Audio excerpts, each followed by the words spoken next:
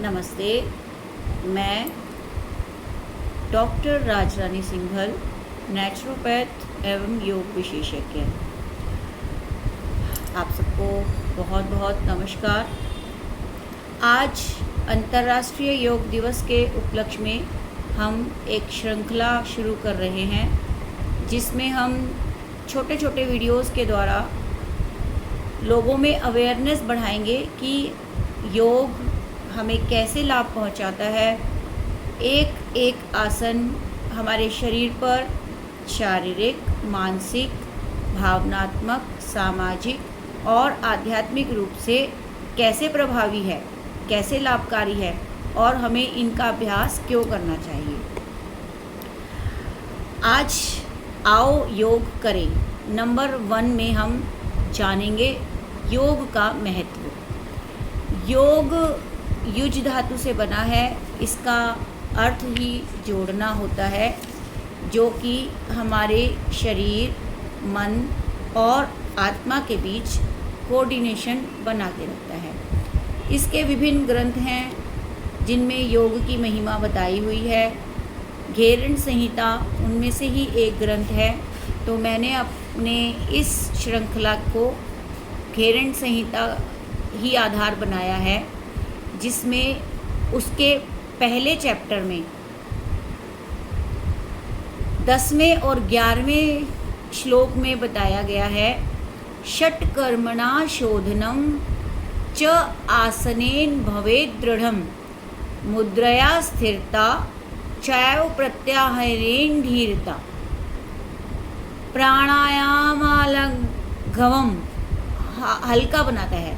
प्राणायामालघवम च ध्यानात् प्रत्यक्षात्मनः समाधिना च निर्लिप्तम मुक्तिरेव न संशय।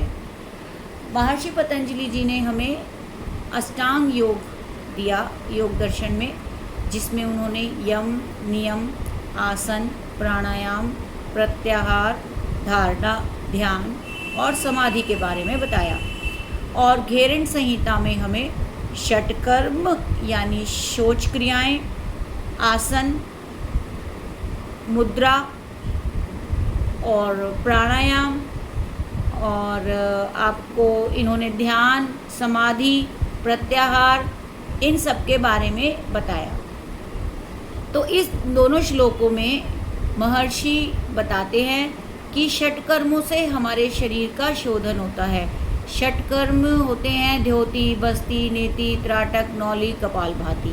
इन सबको हम धीरे धीरे आगे आने वाले वीडियोस में छोटा छोटा अभी बता रही हूँ, फिर हम डिटेल में भी समझेंगे। षटकर्मों से शरीर का शोधन होता है। आसनों से हमारा शरीर दृढ़ बनता है। मुद्राओं से हमारे अंदर स्थिरता आती है, हमारे व्यवहार में, विचारों में स्थिरता आती है। और प्राणायाम से शरीर में लाघवता यानी हल्कापन आता है, धैर्य बढ़ता है। और प्रत्याहार से हमारे शरीर में धीरता आती है, धैर्य बढ़ता है। ध्यान से आत्म साक्षात्कार होता है, मतलब मैं कौन हूँ, मुझे ये पता चलता है कि मेरा जीवन वास्तव में क्यों है और इसका हमें कैसे उपयोग करना चाहिए। वास्तव में योग समाधि का दूसरा नाम है। समाधि में हमें एक अनासक्ति का भाव हमारे अंदर आ जाता है कि ये जो संसार है ये अनित्य है और नश्वर है। ये हमारे लिए इस प्रकार है जैसे एक सराय में हम थोड़े दिनों के लिए आकर रहते हैं और फिर वापस अपने घर चले जाते हैं। तो उसी प्रकार से योग अपने में एक पूर्ण विज्ञान है। यह एक सरल, सहज, संपूर्ण चिकित्सा विज्ञान कहते हैं, जो कि हमारे लिए बहुत प्रकार से उपयोगी है। पहले के ज़माने में क्या होता था कि योग सिर्फ सन्यासियों या मोक्ष जाने वालों के लिए ही उपयोगी समझा जाता था, लेकिन आज के परिप्रेक्ष्य में योग साधारण व्यक्तियों के लिए भी उतना ही महत्वपूर्ण है, जितना वो पहले था। योग से व्यक्ति पूर्ण स्वास्थ्य प्राप्त कर सकता है। जैसे पूर्ण स्वास्थ्य का मतलब होता है फिजिकल, मेंटल, सोशल, इमोशनल और spiritual development of a human. योग से ये सारे डेवलपमेंट संभव हैं। आज योग जीवन के प्रत्येक क्षेत्र में अपनी जगह बना चुका है। जैसे हेल्थ के क्षेत्र में, रोगों के उपचार के क्षेत्र में, स्पोर्ट्स सेक्शन में, एजुकेशन में, एम्प्लॉयमेंट के सेक्शन में बहुत ही लाभकारी है योग।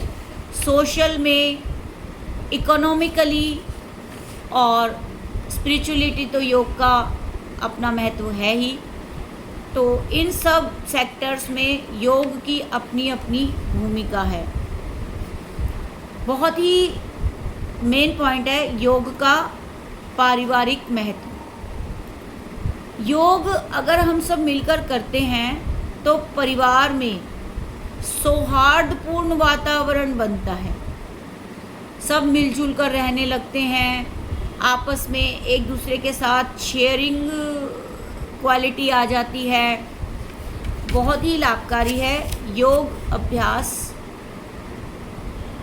हर व्यक्ति के लिए। तो मैं आज अंतर्राष्ट्रीय योग दिवस पर योग के महत्व के लिए इन शॉर्ट मैं आपको यही कहूँगी कि योग अभ्यास हमें रोज़ करना है और इसे एक दिन का योगाभ्यास ना बनाकर 365 दिन का योगाभ्यास बनाएंगे। योग जीवन जीने की कला है। आज का व्यक्ति अशांत और तनावयुक्त है। वह निराशा, भय, असुरक्षा व व्याकुलता से भरा हुआ है।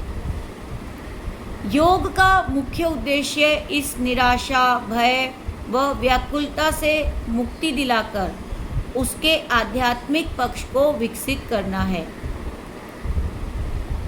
इसके अतिरिक्त योग व्यक्ति के स्वास्थ्य संरक्षण, रोग मुक्ति, मानसिक शक्तियों के जागरण, व्यक्तित्व विकास, जीविकोपार्जन और आध्यात्मिक उन्नति में सहायक होता है। ये हमें कब महसूस होगा? जब हम नित्य प्रति योगाभ्यास करेंगे। तो मेरा आपसे एक अनुरोध है कि हम सब चाहे आधे घंटे, 40 मिनट या 1 घंटा अपने लिए रोज़ योग के अभ्यास के लिए नित्य प्रति समय ज़रूर निकालें, जिससे हमें अनुभव प्राप्त होगा कि योग किस प्रकार लाभदायक है। आज के लिए इस वीडियो में इतना ही। अगले वीडियो में आओ योग करें पार्ट 2 में फिर मिलेंगे। जानकारी अच्छी लगी हो तो लाइक, शेयर और सब्सक्राइब कर देना मेरे चैनल को। और अगर कहीं कोई त्रुटि हो गई हो तो मैं क्षमा प्रार्थी हूँ। आपको बहुत बहुत नमस्कार, धन्यवाद।